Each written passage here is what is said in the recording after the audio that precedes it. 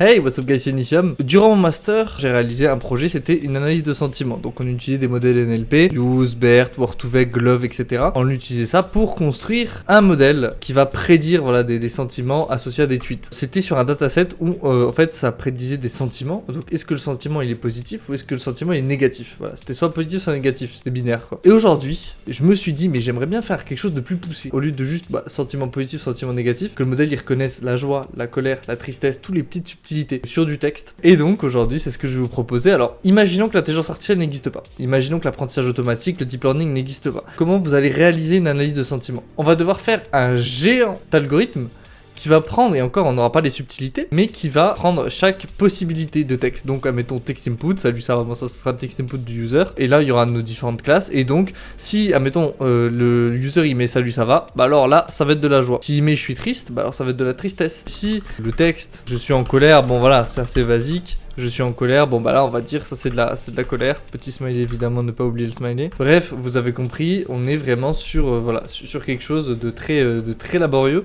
et vous allez devoir faire ça pour toutes les possibilités. Autant vous dire que c'est quasiment pas possible puisque vous allez devoir faire un algorithme pour chaque phrase que le user peut rentrer. Et il y a autant de phrases qu'il y a autant de mots dans la langue française qu'il est possible de faire. Donc j'ai fait ça avec des if, else pour l'exemple, vous pouvez faire ça aussi avec des switch cases, mais voilà, c'est très laborieux. Heureusement, dans la vie, il existe, et je vais faire un schéma, vous me connaissez maintenant, quand même, enfin un petit schéma. Il existe l'apprentissage automatique. Voilà, c'est pour faire une petite introduction, j'espère que l'exemple est bien amené, mais c'est pour faire une petite introduction sur le sujet. Il existe cette magnifique chose qu'on appelle apprentissage automatique. Donc ce qu'on va faire, c'est très simple. On va prendre notre modèle ici. Donc ici, je vais mettre D. Pour Distilbert, hein, évidemment, le modèle qu'on va choisir. Et ce qu'on va faire, on va lui faire apprendre et on va mettre des données. Donc là, il y aura du texte et on va dire, bah, ce texte, il est positif. Du coup, on va réaliser ça. C'est clairement ce que j'ai fait. Et donc, le modèle, il va apprendre. Et ensuite, avec l'input que le user, il va mettre ici, le i, et ben Bert, hop, on va mettre son input et lui, il va faire une prédiction. Et donc, il va vous ressortir les différentes classes en mode, bon, bah, je prédis que il y a 0,05% de chance que l'input soit de la tristesse, 0,1% de chance que ça soit de la joie, etc., etc. Et on va prendre évidemment le max, la chose la plus probable dans sa prédiction. Donc c'est juste comme ça qu'on fait. Évidemment, pour l'apprentissage, on peut pas dire à Bert, tiens, ça c'est positif, ça c'est négatif, etc. Évidemment, puisque les modèles, quand vous les entraînez, vous pouvez pas les entraîner sur réellement du texte, voilà, puisqu'ils ne comprennent pas. C'est pour ça que le texte, on va le vectoriser, le transformer en vecteur, qui va lui permettre d'apprendre. Et les labels, donc ici, donc colère, joie, tristesse, etc. On va devoir leur donner un nombre. Donc admettons 0, ça sera la tristesse, 1, ça sera la colère, 2, etc., etc. Un genre de dictionnaire en fait dedans, pour que le modèle il puisse apprendre et donc nous sortir les prédictions. Bah voilà, je prédis 1% de chance que ça appartient à la classe 0, 2% de chance à la classe 2, etc., etc. Bref.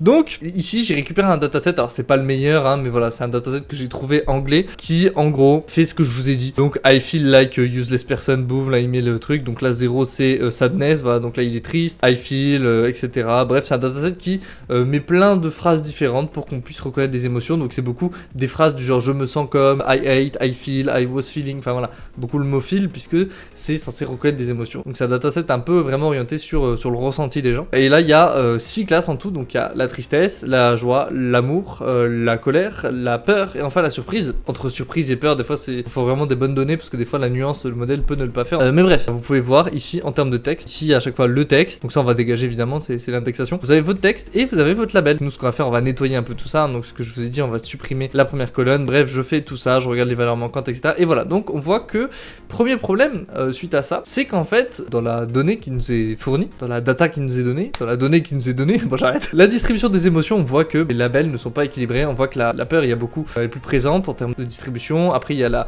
tristesse, après il y a l'amour, la joie, la surprise et enfin on voit qu'il y a très peu de colère, enfin il y a très peu d'exemples de colère. On a 416 000 textes. Évidemment je n'ai pas un PC de la NASA, donc 416 000 textes, je ne peux pas entraîner tout ça dans un temps raisonnable. Vu que je peux pas, ce qu'on va faire, on va prendre des samples, donc on va prendre des échantillons, on va échantillonner le texte. Et c'est bien puisque soit en fait pour équilibrer des classes, soit vous utilisez par exemple un class weight, ce qui va en fait permettre de redistribuer via des coefficients de poids. Si je vous fais un truc tout simple, la peur est à 33%, voilà, donc il y a beaucoup de peur. Et bah si on veut rééquilibrer, on va dire que bah les exemples de la peur ici valent, admettons, je vais dire une connerie hein, mais valent, admettons, un coefficient de 0,5, alors que les exemples de la colère valent 1 ou 1,5, donc on va dire quasiment 2 fois, 3 fois plus, et donc ça va rééquilibrer tout simplement les poids par rapport au nombre d'exemples. Bref, vous pouvez faire ça, mais ici ce qu'on va faire tout simplement, on va juste récupérer les échantillons. Donc moi je vais dire, je vais en prendre 5000 pour chaque classe, donc autour on aura 30 000 exemples. Je pense que c'est pas mal sur 30 000 exemples. Il y a toujours ce côté un peu aléatoire, hein, donc évidemment, si vous voulez un peu, entre guillemets,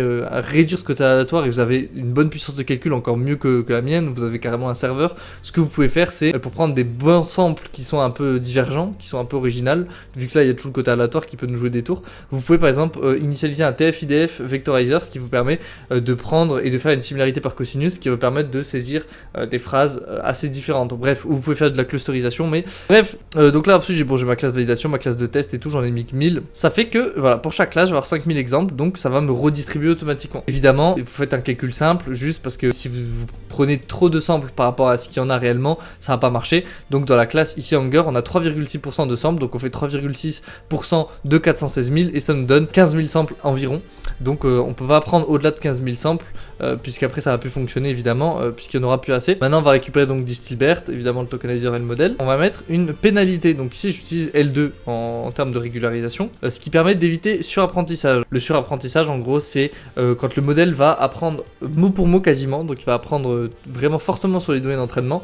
Et forcément, dès que vous allez lui donner des autres données qui sont pas dans les données d'entraînement, il n'arrive pas à généraliser, donc il est bête, donc il fonctionne pas, puisqu'il va surapprendre, donc il va apprendre que les données qu'on lui a fournies, et donc c'est pas bien. Évidemment, nous on veut qu'il sache généraliser, qu'on lui donne d'autres phrases qu'il a jamais vues, et qu'il sache quand même prédire l'émotion, c'est le but. Donc c'est important de, voilà, ici, vu que Distilbert est assez puissant, et que j'ai pas énormément non plus de données, hein, 30 000 ça reste bien, mais ça reste très peu quand même, on va lui mettre de la pénalité, donc ici, ça varie souvent, le lambda il varie entre 0,1 et 0,001, ça dépend. Ici j'ai mis 0,001 et je trouvais que c'était plutôt pas mal. De toute façon, je précise, le code est dans les commentaires, vous pouvez aller voir le notebook, voir un peu comment j'ai fait toute l'analyse, etc. Et donc ensuite, ça me permet d'entraîner le modèle, donc je ne fais pas encore une fois un cours, mais voilà, ça me permet d'entraîner le modèle. Et donc ici, l'entraînement, j'ai fait sur mes 10 époques, on peut voir, il y a quand même pas mal de loss, mais on voit, voilà, déjà dès la première époque, il apprend plutôt bien globalement. Donc en 33 minutes, ce qui était plutôt raisonnable, j'ai ma courbe, là on voit qu'il y a un petit pic, mais globalement, voilà, bon, pour le train loss, on voit que ça diminue, mais on voit qu'il touche pas à 0, donc c'est cool.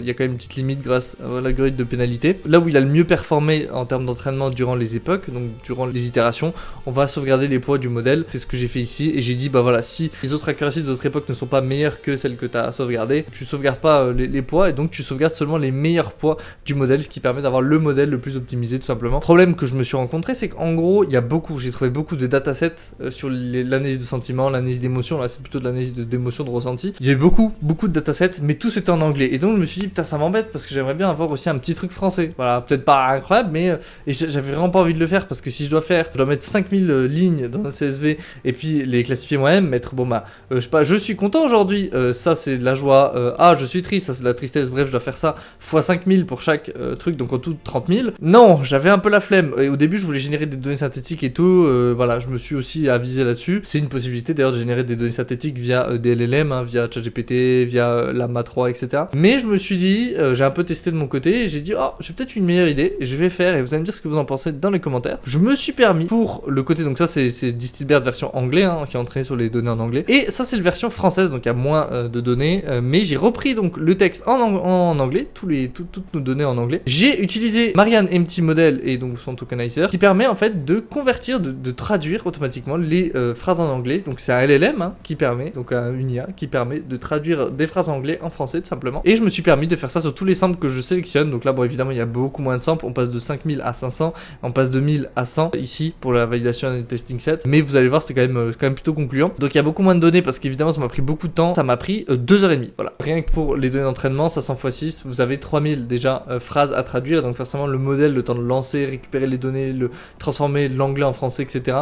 Et en plus forcément des fois il y a des petites pertes d'informations, il y a des traductions qui foirent un peu. Je les ai stockées ici, je les push d'ailleurs sur le GitHub si vous l'utilisez, pas traduire avec votre ordi parce que c'est très long, et donc ça me permet de créer des données en français en utilisant la même base de données. C'est pas le mieux évidemment, mais voilà. Et pareil, donc là je réentraîne Distilbert, mais cette fois-ci sur les données, donc là avec un peu plus d'époque parce qu'il y a un peu moins de données quand même, enfin il y a largement moins de données. On entraîne tout ça, boum boum boum, voilà, on peut voir qu'en français il apprend vraiment bien, voilà, 16, 19, etc. En 5 minutes c'est fait. Et donc si on regarde, vous avez vu des fois il y a des petits, le I'm au lieu de mettre je, bah voilà, il l'a laissé ici I'm. ou déçu, se sent insatisfait, machin. Donc la traduction fonctionne vraiment bien, mais comme on peut le voir, il y a des petits couacs, et donc ça peut aussi jouer sur le modèle forcément. Il faut savoir qu'en IA, les données de qualité vous font un modèle de qualité. Voilà. Ici, j'ai pas les meilleures données du monde, que ce soit même en anglais. Il y a quand même des. J'ai regardé le dataset, c'est pas le meilleur au monde. D'ailleurs, je pense qu'ils ont peut-être généré avec des données synthétiques, parce que des fois, il y a des trucs, ça se voit, ça fait un peu de données synthétiques, donc c'est pas les meilleurs au monde. C'est potable, et le côté en plus de faire de ces données une traduction, ça vous crée des petites imperfections, et donc ça vous fait voilà, une base de données pas extrêmement bien. D'ailleurs, d'où le côté data engineering, tout data processing très important. Ça joue aussi sur les modèles, c'est pour ça que les modèles ne vont pas être parfaits, loin de là d'ailleurs. Toute l'installation que j'ai fait de ces modèles, l'utilisation que j'ai fait, si vous avez des données meilleures que ça vous fait des modèles de fou furieux. Là, c'est vraiment pas le problème de Distilbert. Voilà, je préfère préciser, c'est les données qui sont moyens, mais que j'ai voulu, et c'était un petit défi aussi personnel, essayer de m'amuser à faire un modèle le plus potable possible avec des données pas extrêmement potables. Enfin, j'abuse, mais des données voilà assez pas extrêmement bien. C'est pas les meilleures données au monde, on va dire. Voilà, si vous êtes dans une entreprise, vous devez faire un projet très sérieux. Là, vous demandez quand même des meilleures données. Vous dites bon les gars, c'est sympa, mais revérifie bien tes données derrière quoi. On en vient à la petite création de l'interface que j'ai fait, que je vous lance tout de suite. Bougez pas, je vous run ça, donc j'ai fait ça avec sur Streamlit. Ça va récupérer les modèles, prendre les tokenizers, prendre les poids que j'ai sauvegardés et pouvoir interagir avec les modèles. Vous allez voir, j'ai créé donc une petite interface vraiment classique. Donc là vous avez le côté anglais. Et là vous avez le côté français, voilà, donc le modèle entraîné sur les données anglais et le modèle entraîné sur les données français. Donc admettons, I feel comfortable, on va le tester tout de suite. Hop, donc là on l'envoie au modèle, il va faire ses prédictions, et c'est plutôt rapide. Ah, bah il prédit que c'est de la joie. Ok. Mais maintenant si je fais une petite spécificité et je dis I feel uncomfortable, ah non, c'est la tristesse. Et voilà, sadness. Donc je trouve que ça marche plutôt bien, surtout le côté anglais qui est forcément meilleur que le côté français. I feel like a potato. Je sais pas, c'est de la joie techniquement, oui. Bon bah voilà, c'est de la joie. Je me sens comme une patate, bye. I feel a little bit sad. Bon, ça peut arriver de lui faire des erreurs, mais voilà, normalement, I'm very upset and angry par exemple. Non, c'est de la colère. Voilà, anger, colère. Oh, I'm scared. J'ai peur. C'est de la peur évidemment. I feel full of hate in my body. Ça c'est de la colère ça. La hate. C'est de la joie. Bah top. Bah voilà, il y a des moments où forcément je dis ça marche moins bien. Exemple, I feel full of hate in my body. Il lui dit que c'est de la joie. Donc je vous ai dit l'importance d'avoir des meilleures données. Mais il reste vraiment bien. Et vous avez pour le côté français tout simplement. Par exemple, je suis en colère. Je suis en colère. La colère. Oh, je ne m'y attendais pas. Il va dire c'est de la colère, je pense. Non, de la tristesse. Ok, alors ça serait peut-être plutôt de la surprise. Je me sens bien. J'ai eu de la joie, bah. Waouh, tu m'as surpris. J'ai pas eu la surprise encore. Surprise, ouais, voilà. Waouh, tu m'as surpris. Surprends-moi. Normalement, il y a le mot surprendre, donc ça, il le connaît bien. Surprise. Je te déteste. Je te déteste. C'est de la colère, oui. J'ai envie de pleurer. Est-ce qu'il connaît ça? Est-ce qu'il a vu dans... C'est de la peur, ouais, voilà, de la tristesse. Ok. Je suis tout à fait d'accord avec toi. Et oui, ça peut être considéré comme la joie. Je me sens comme une pomme. Je vais le mettre en version française. C'est de l'amour, d'accord. Je me sens comme une pomme, c'est vrai qu'on n'a pas eu de l'amour. Si je lui dis je t'aime, c'est de l'amour ça, je t'aime. Ok, de l'amour. Je t'aime beaucoup. Toujours de l'amour? Ouais, je pense qu'il y a le mot je t'aime, donc il connaît. J'ai envie de te faire un bisou. Est-ce qu'il connaît ça? Colère, non il connaît pas. J'ai envie de te faire un bisou. Oh je suis colère là, j'ai envie de me taper là. Bref voilà pour le petit projet. Je les push sur GitHub si vous voulez voir un peu voilà l'analyse etc. La mise en place de l'interface. Puis si vous voulez vous-même entraîner votre propre modèle. De toute façon si vous voulez l'utiliser vous allez devoir entraîner donc les modèles via les notebooks que j'ai mis à votre disposition. Malheureusement je peux pas push les poids des modèles parce qu'ils sont un peu gros. Et donc sur GitHub ça passe pas. Et j'ai pas envie de faire un lien Mediafire ou quoi ou le push ailleurs. Donc je mets pas les poids. C'est à vous de l'entraîner donc avoir votre modèle, comme ça au moins vous pouvez changer et tout si vous êtes intéressé, donc comme ça vous pouvez peut-être même avoir des meilleures perfs que moi. Après, encore une fois, ça reste des données de tests, des données plutôt sympas, voilà, c'est pas des données, pas des modèles à mettre en production et tout, puisque les données évidemment, on peut avoir mieux en termes de données, je le conçois et ça se voit dans les modèles d'ailleurs, vous l'avez vu. Mais voilà, je trouvais ça plutôt rigolo de créer tout un système d'analyse d'émotions assez avancé, assez poussé, côté textuel, qui je trouvais était plutôt intéressant. Donc voilà, des modèles qui comprennent un peu les émotions humaines à travers des phrases. Petit projet deep learning plutôt sympa. Partagez, likez, abonnez-vous. C'était Nicham, dans une prochaine vidéo. Salut!